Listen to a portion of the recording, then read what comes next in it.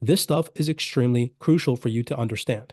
If you think you are going to be successful in this market by downloading an application in your phone and aimlessly plugging capital into this market and holding long term and just hoping for price appreciation and thinking you are going to survive, you are dead wrong. You should understand the asset class in which you operate in to the fullest by educating yourself on fundamental factors that drive order flow in this market to the up and downside.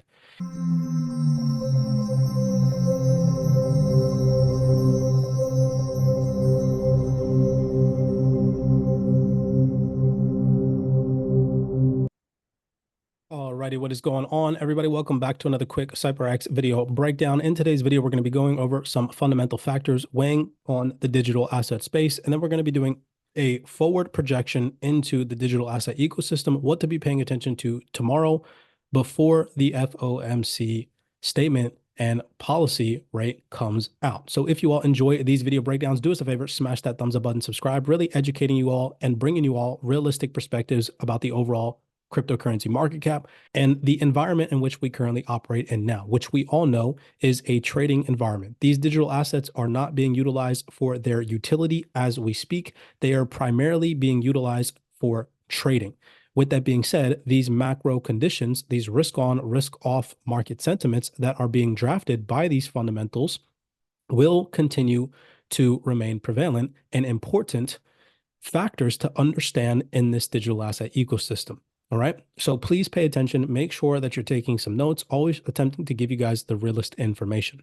So let's just cover real fast why the total cryptocurrency market cap over the last 24 hours has lost over 8% of its value as of time of recording this video. Today, the cryptocurrency market cap experienced a massive drop in price, losing over 8% of its value. And this was primarily due to concerns over inflation expectations, where the Employment Cost Index, or ECI, in the US rose by 1.2% year over year in the first quarter, signaling increasing labor costs, which can lead to higher inflation expectations. Investors anticipating higher inflation may demand higher interest rates to protect their purchasing power. So to continue this, consequently, the Federal Reserve might be less inclined due to higher inflation readings or higher inflation expectations to cut rates and could also even consider raising them. We've seen Fed Bostic say a couple of weeks ago that if we see higher inflation readings, that the Federal Reserve could potentially consider hiking rates again, right? I don't think that that's going to happen, but it's still a potential possibility that we need to consider to curb inflationary pressures, which we all know would strengthen the dollar most likely due to further expectations of higher interest rates and a higher interest rate environment. All right. So this was the primary factor via the upbeat employment cost index coming out at 1.2% via the previous reading at 0.9%. So well elevated above the previous reading was the cause for today's most recent market downturn and the strength that we saw in the US dollar. Okay. With that being said, tomorrow on the forefront, tomorrow's US data release is absolutely crucial alongside the FOMC statement. At the start of the US session, we are anticipating the ADP non-farm employment change, expected to show a slight cooling in the labor market compared to previous readings. Following that, we have PMI figures, and they are expected to indicate a slight contraction from previous readings as well, suggesting some weakness in the manufacturing sector. Then after that, we have the JOLTS job openings, which is forecasted to show a slight decline, potentially signaling further weakness in the labor market. Now, if this data tomorrow comes out weak, below the previous levels, which we'll go over in just 1 second, or below market expectations, it could trigger some weakness in the dollar ahead of the federal funds rate and Jerome Powell's policy statement. Now, our main focus tomorrow will be on Jerome Powell's tone. We'll be listening very closely to whether he adopts a more dovish or hawkish stance. Now, in my personal opinion, Powell will adjust his tone from the previous FOMC statement, where he mentioned expecting 3 rate cuts happening this year. And we can see that going back to some fundamental factors that took place in March. Now, my personal opinion, I'm anticipating that he will push back the rate cut narrative by a few months, signaling that instead of this summer rate cuts taking place, rate cuts happening potentially at the end of this year in fall or winter, still supporting the idea that the Fed's current interest rate environment is working to bring inflation down over time. With that being said, that would bring a more hawkish tone from Jerome Powell, suggesting less urgency for rate cuts, which would likely lead to intraday bullish strength in the dollar. And this is because investors would interpret this as a sign that the Fed is confident in the economy's strength and less likely to ease monetary policy in the immediate short term. With that being said, let's go over the first part of this fundamental breakdown. So I mentioned to you guys, we could potentially see weaker US data at the beginning of the US session tomorrow, which could weigh on the strength of the dollar. I'm saying that because if we're looking at the previous readings, just starting with the ADP non-farm employment change, we can see from previous readings set at 184,000, the market is set to come out with a slight decline via the forecast at 179,000, which is slightly down from the previous readings. Then if we look at the PMI figures in the form of final and ISM manufacturing, we can see as well that the forecasted reading is still set to come out in contractionary ranges below the 50 grade mark at 49.9. And then the ISM manufacturing PMI is set to come out below the previous reading at 50.3, forecasted to come out with a slight decline to 50 flat. With that being said, that would signal some contractionary figures and potentially could lead to some dollar weakness. After that, last but not least, we have the JOLTS job openings, which is also set to come out with a slight decline from previous readings at 876 million via the market forecast, down from previous readings at 8.68 million, which would also show some signs of weakness in the US labor market.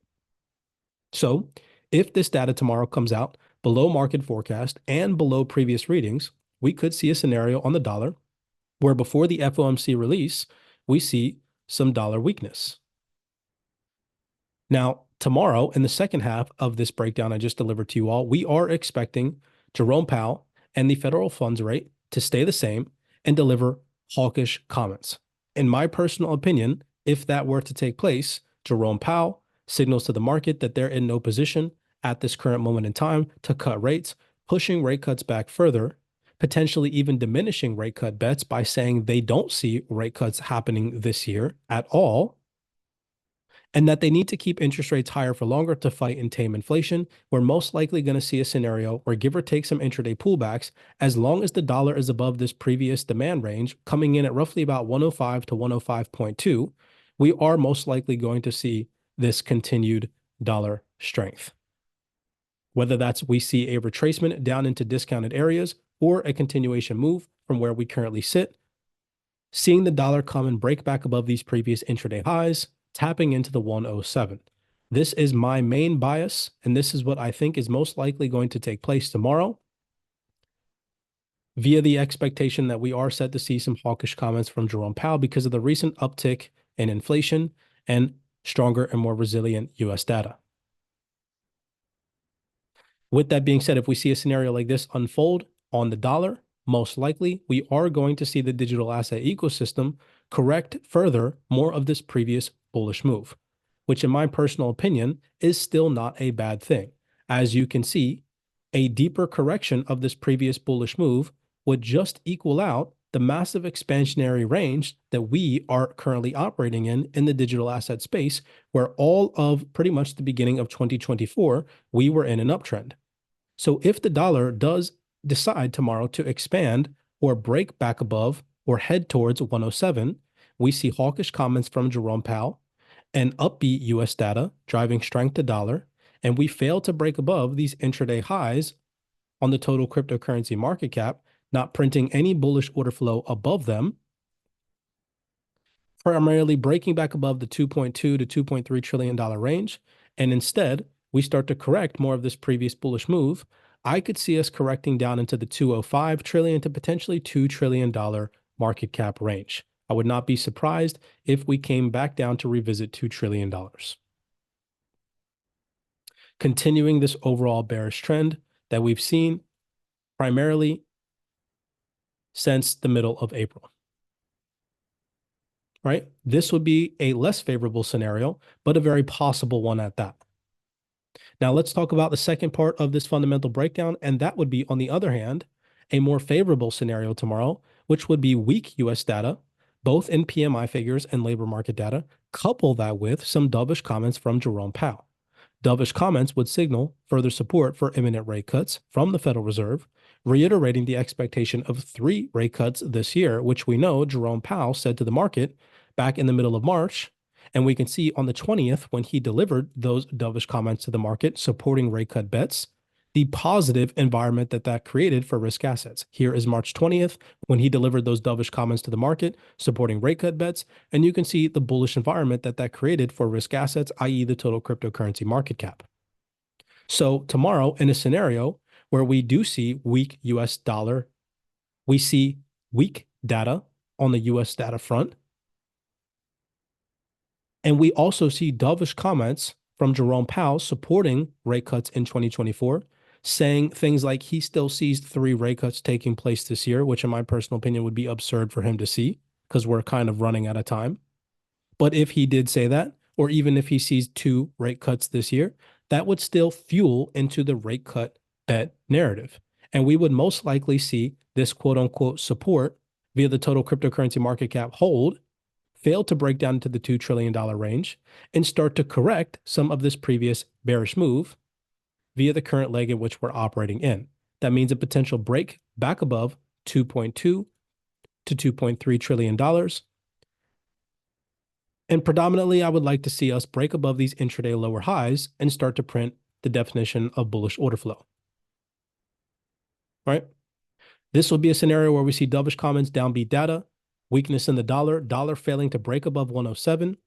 So on the dollar, albeit yes, we could see some potential liquidity grabs up into these higher levels, but as long as we do not break back above 107 on the dollar and we can start to correct some of this previous bullish move, possibly even breaking back down into the low 105s or even below this previous demand range, this would be the most ideal and favorable scenario for risk assets, is for dollar to weaken tomorrow due to dwindling U.S. economic activity and dovish comments from Jerome Powell. This would prompt buys on digital assets like XRP and other assets that you might hold in your portfolio, not financial advice, because this would create a more favorable risk-on market environment. So this is the type of scenario that ideally we would like to see tomorrow if we want to see further gains in our crypto portfolios. And if not, be paying attention to the opposite and the potential for dollar to break back above 107 on firmer US data and hawkish Fed commentary pushing back rate cuts. So I hope that you all enjoyed this educational video breakdown. I understand that videos like this are kind of boring. The vast majority of people don't want to pay attention to this stuff, but if you are a mature investor and you are looking to accelerate in your trading and investing career, this stuff is extremely crucial for you to understand.